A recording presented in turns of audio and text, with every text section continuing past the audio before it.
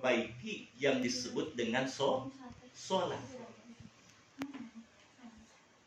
Bekas daripada Ramadan. Bekas daripada Ramadan yang paling utama yang mesti kita perbaiki adalah apa? Adalah sholat kita. Sholat wajib. Sholat wajib. Sebab sholat itu awwalu ma yuhasabu fi yaumil qiyamah ya as-shalah, kata Nabi. Kelak di akhirat ketika manusia dihisab di yaumul qiyamah, dan semuanya itu tidak akan lepas dengan yang namanya hisaban. Kelak di yaumul qiyamah yang paling pertama dihisab oleh Allah bukan amal-amal yang lain, bukan zakat kita, sedekah kita, ataupun amal-amal tentang hablum minan nas, tapi yang paling utama yang awal dihisab oleh Allah yaitu sholat. Kalau sholatnya kelak di hadapan Allah, sholatnya itu lulus, khususnya sholat yang 5 waktu, ini konteksnya sholat yang 5 waktu. Kalau sholat masnunah yang nama juga sunnah, boleh dilaksanakan, boleh juga tidak. Itu yang namanya sholat nafilah atau masnunah, sholat yang disunat. Termasuk sholat id. Ya, termasuk sholat id sebetulnya sholat sunnah, tapi muakkadah, sholat sunnah muakkadah. Di dalam melaksanakan sholat, banyak kita sebagai umat muslim yang kadang-kadang sholat kita itu sholatnya yang apa?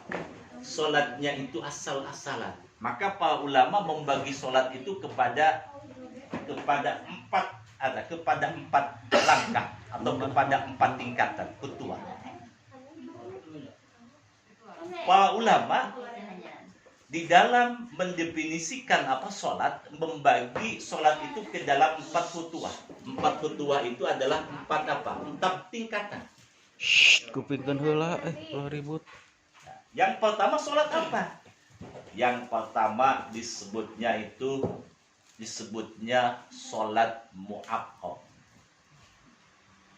Apa itu sholat mu'aqqab? Sholat mu'aqqab itu kita melaksanakan sholat, tapi sholatnya itu disiksa. Orang melaksanakan sholat tapi disiksa, disebutnya sholat mu'aqqab.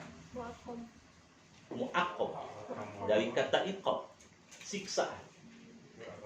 Sholat yang bagaimana? Sholat yang mu'aqqab. Sholat kita melaksanakan sholat tapi disiksa oleh Allah. Yang disebut sholat mu'aqqab itu sholat tetapi sholatnya itu tidak memakai ilmu. Mah kupingkan mah. Maka perlu di sini mempelajari ilmu fikih itu, Pak. Perlu mempelajari ilmu fikih. Bukan saya sudah bagus, tapi karena ini majelis pengajian, majelis. Gitu. Karena ini majelis pengajian, maka wa tawassau bil haq itu saling menasehati itu adalah kebaikan. Disebut sholat mu'aqqab itu sholat kita itu tapi disiksa oleh Allah. Sholat yang bagaimana? Sholat yang tidak memakai ilmu.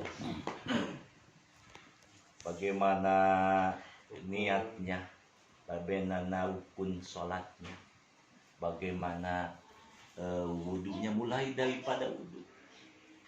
Sebab yang menjadikan sholat yang pertama sholat sah dan tidaknya itu yang awal adalah wudu.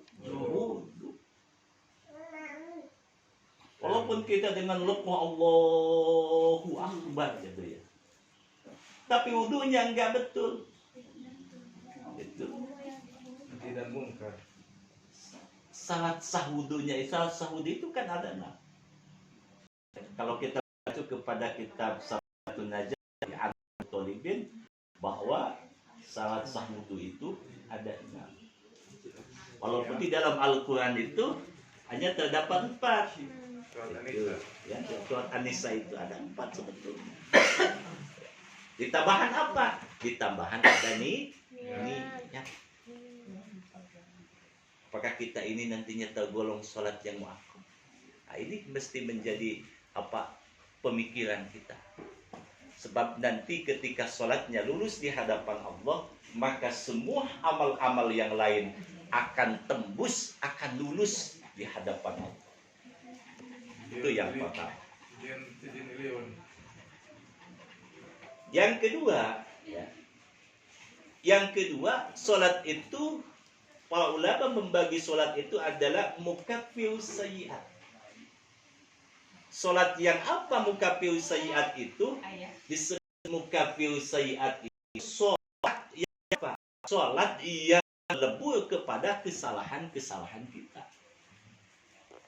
Yang kedua, ini sholat mukaffirus sayyi'at. Jadi rukun sholatnya itu dari mulai wudhunya sudah betul, kemudian rukun sholatnya juga betul, atau kaifiyah tata cara sholat yang disunnahkan menurut syariah itu sudah betul, maka nanti akan menghasilkan apa? Menghasilkan mukaffirus sayyi'at. Mulai takbiratul ihram sampai awal salam betul kaifiyahna, betul tata cara. Maka itu sholat itu disebutnya mukaffirus sayyi'at. Mudah-mudahan paling tidak kita itu masuk kepada apa? Kepada khutwah yang kedua, kepada tingkat yang kedua ketika kita melaksanakan sholat itu, sholat yang mukaffirus sayyi'at. Di antaranya sholat mukaffirus sayyi'at itu antara lisan dengan hati itu hadir. Ketika mengucapkan Allahu Akbar, bukan di Asia Plaza gitu kan, atau bukan di Cikubuk gitu kan ya, Allahu Akbar, tapi Allah masih di Cikubuk itu tadi mu'akkad masuknya.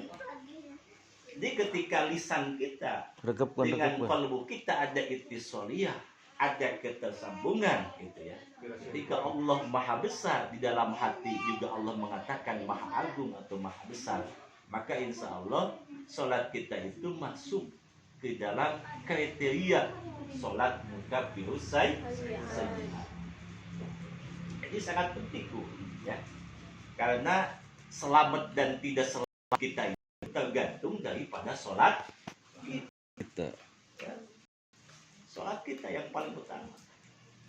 Bahkan Rasul mengatakan ketika kita meninggalkan sholat amdan,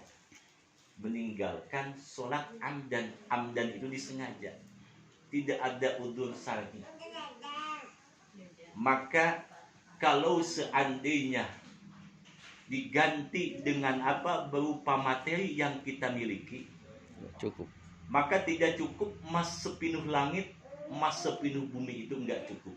Mengganti sholat. Saking apanya? Mengganti sholat yang apa? Yang meninggalkan sholat tapi sepenuh emas. Kita siapa yang punya emas sepenuh langit? Punya emas sepenuh bumi. Jadi saking apa? Saking pentingnya sholat. Maka sholat itu dikatakan sebagai tihamnya agama.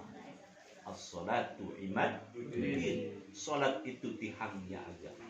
Di mana amal-amal yang lain tidak akan diterima oleh Allah, mual nempel amal-amal yang lain ketika kita masih meninggalkan sholat yang 5 waktu. Dan mesti sholat itu jangan menjadi kewajiban, ya, tapi harus menjadi kebutuhan. Levelnya bukan hanya kewajiban, sholat itu bukan hanya kewajiban, tapi kita mesti menuju sholat itu adalah kebutuhan. Sebab komunikasi kita dengan Allah itu salah satunya di dalam sholat. Nah, itu yang kedua, di dalam sholat. Dua lagi ya. Yang ketiga, tingkatan yang Kata tobakoh yang ketiga, solat ini disebut solatul muqarrabah. Solatul muqarrabah adalah solat kita melaksanakan teringat naon-naon deui, kecuali kita ingat kepada zat sang pencipta. Sudah betul-betul apa ma'rifah, deket gitu. Yang Allah teh belahan jiwa kita. Allah teh sudah soulmate gitu. Tidak ada kalimah di dalam hati kita ketika kita melaksanakan sholat kecuali kalimah Allah. Maka itu disebut adalah sholat muqarrabah. Itu sholat muqarrabah. Jadi kalau kita makan biasanya itu sampai kepada tataran sholat mukafiu sayiat. Jadi tak kalah ingat ke pasar, ingat kemana, ke tempat pekerjaan, luruskan lagi Pak, Bu, gitunya. Ketika ingat pekerjaan, tapi dalam sholat, ya biasanya sholat masuk segala ingat gitunya. Segala ingat. Godaan. Kunci, naon kunci hilang atau hilap nyimpen dasok emut, naon mah. Ari sholat mah dompet, naon salah nyimpen atau lepat nyimpen, dasok emut dari ke sholat mah. Tak kembalikan deh Bu, kembalikan deh. Kembalikan karena posisi kita bahwa kita itu sedang menghadap zat sang maha pencipta, yaitu Allah. Itu kita itu belajar sampai kepada tingkat-tingkat muqarrabah, sehingga pada akhirnya sholat yang bagaimana itu yang paling bagus, yang sampai kepada tingkatan yang keempat. Sholat yang bagaimana? Sholat yang bagus itu, sholat tingkatan yang bagus itu yaitu sholat yang inna sholata tanha anil fahsya wal munkar. Itu sholat yang asalnya, bekasnya, buahnya, ya. Yang disebut dengan sholat berhasil itu tak kalah ada buahnya. Buahnya apa? Tanha anil fahsya wal munkar. Ketika mampu mencegah perbuatan keji dan munkar. Pokoknya tidak buat apa dilarang oleh Allah. Yang dilarang oleh Allah. Munkar mah berkata-kata bohong dan ya. Engke ya waktunya dialog kan. Nanti ada ini deh. Ya. Iya, ada pertanyaan. Insya Allah nanti ketika buah daripada ibadah kita itu tanha anil fahsya wal munkar, itu adalah apa yang disebut sholat yang sesungguhnya itu. Maka tak kala kita masih melaksanakan perbuatan yang keji dan munkar, gitu ya. Keji itu masih wala taqrabuna, kata Al-Qur'an, wala taqrabuz zina fa innahu fahisah. Jangan mendekati zina sebab zina itu adalah perbuatan keji, maka mampu menghindarinya, menjauhinya, ya. Sebab sekarang itu yang namanya pergaulan zaman sekarang, yang namanya bobogohan gitunya, yang namanya punya bobogohan. Ya jang Paris sebuah kabogo. Itu ya, kalau enggak kiss, kalau enggak cium itu enggak bobogohan katanya. Beda dengan zaman-zaman kita Pak Haji gitu. Gitu ya. tuh jang Paris. Gitu. Kalau zaman kita ketemu saja, mendengar suaranya saja sudah bahagia. Dulu mah ya. Kalau zaman sekarang beda lagi. Karena apa? Karena mungkin karena apa? Pergaulan dan pengaruh-pengaruh medsos yang ada. Maka tantangan zaman sekarang itu lebih apa? Lebih dahsyat itu tantangannya itu. Ada spiritual kita. Dikasih nutrisi itu bukan badan kita saja, tapi hati kita itu mesti dikasih nutrisi. Tapi nutrisinya bukan daging ayam, bukan daging sapi, atau minum-minuman yang enak dan mahal. Apa nutrisinya? Nutrisinya sering datang ke pengajian atau majelis taklim. Nutrisinya sering mendengarkan bacaan Quran. Al-Quran. Nutrisinya sering mendengarkan tausiah para ustadz, para ulama, para kiai. Ya, yang ilmunya sanad keilmuannya Jelas. jelas. Sebab sekarang itu banyak yang yang ustadz itu nggak pernah mondok gitu ya, nggak pernah mondok, ujuk-ujuk disebut ustadz, Populer di medsos. ya, populer di medsos. Ternyata pondok pesantrennya itu ustadz Google, dia itu Google kan. Tidak memakai dasar. Jadi bingung nanti dalil-dalilnya. Dalil-dalilnya tidak ada yang mau bertanggung jawab. Yaitu hilang daripada sanadnya tidak ada. Jadi keilmuan mondok itu harus jelas sanadnya. Tidak diragukan. Tidak diragukan lagi. Dari pondok ini kiainya ini, kesanahnya kiai anu sampai kepada baginda Rasulullah. Pondok ini kiainya kiai anu sampai kepada baginda Rasul. Jadi keilmuannya itu sanad keilmuannya itu jelas. Nah itu simpulkan saja. Jadi ini lebih mengenal dan bisa diskusi ya beberapa pertanyaan. Simpulkan saja. Inti daripada melaksanakan puasa di bulan Ramadan, kata Al-Quran, la'alla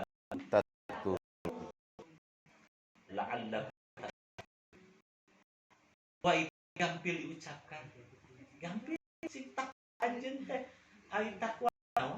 Sebetulnya secara etimologi, secara lugah itu takwa itu waspada. Secara pengertian ngajalankeun perintah Allah, menjauhi larangannya. Larangannya itu secara pengertian atau secara istilahi. Gampang mengucapkannya itu, tapi mengimplementasikan dalam hidup itu sangat sangat susah. Jadi mudah-mudahan setelah kita digodok di Universitas Ramadan ya, menjadi manusia yang ziyadatul taqwa wa ziyadatul iman. Semoga kita menjadi manusia yang tambah iman juga tambah takwa. Sebab hakikat hidup kita di muka bumi ini adalah tambahnya terusnya itisoliahnya tambah ziyadah iman, ziyadah takwa, sehingga kita kelak ketemu dengan Allah Subhanahu wa Ta'ala. Ketika kita ketemu dengan Allah, bermakna kita masuk kepada golongan yang faiz dan faizah, golongan yang sukses dunia, sukses. Jadi kebahagiaan kelak di hadapan Allah buat manusia-manusia hamba-hamba Allah yang takwa, salah satunya adalah mendapatkan surga yang tidak akan dibayangkan bagaimana kemewahan dan keindahannya. Yang kedua, bertemu dengan apa? Bertemu dengan Allah. Tapi jangan dibayang-bayang bahwa Allah itu mempunyai apa? Mempunyai bentuk gitu ya. Jangan dibayang-bayang Allah itu mempunyai bentuk. Sebab Allah itu laisa kamitslihi syai'un. Allah itu tidak seperti apa. Itu saja yang dapat saya sampaikan. Kalau ada pertanyaan kita diskusi. Bukan saya bisa ya. Kita ini sharing saja.